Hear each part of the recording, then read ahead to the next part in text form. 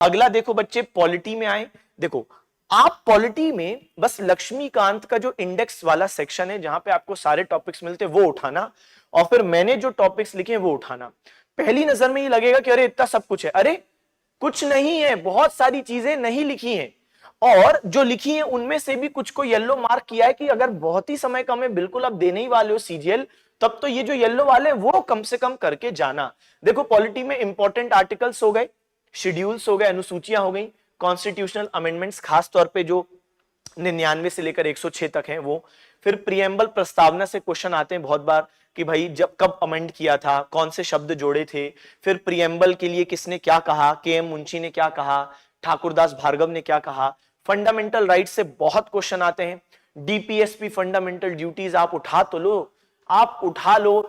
आपको हर एक सीजीएल 2024 की हर एक शिफ्ट में अगर डीपीएसपी फंडामेंटल ड्यूटी से एक क्वेश्चन नहीं मिले तो बताओ, ऑलमोस्ट सभी शिफ्ट में एक क्वेश्चन डीपीएसपी फंडामेंटल ड्यूटी से है ही। प्रेसिडेंट गवर्नर, मतलब इन दोनों में से कोई एक टॉपिक से पूछा ही है। प्रेसिडेंट गवर्नर, ठीक है, सुप्रीम कोर्ट, सर्वोच्च न्यायालय, इमरजेंसी के प्रावधान कितनी बार लगी, किन आधार पर, फिर कितने समय का, मतलब कितने समय में अप्रूवल पार्लियामेंट से लेना पड़ता है वो सब।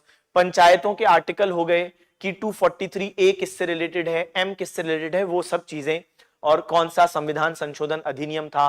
फिर बलवंत राय कमेटी, अशोक मेहता कमेटी, किसने क्या रिकमेंड किया। कंट्रोलर एंड ऑडिटर जनरल का आर्टिकल हो गया, अटॉर्नी जनरल का आर्टिकल हो गया, करंट में कौन है, वेंकट रमानी जी हैं, तो वो तो करंट से संबंधित अपॉइंटमेंट में आ गया। यूपीएससी के मेंबर्स को कौन अपॉइंट करता है, कितने साल का टेन्योर होता है।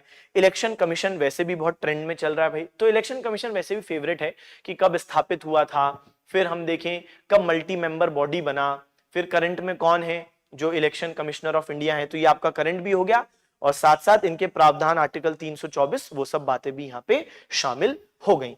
चलो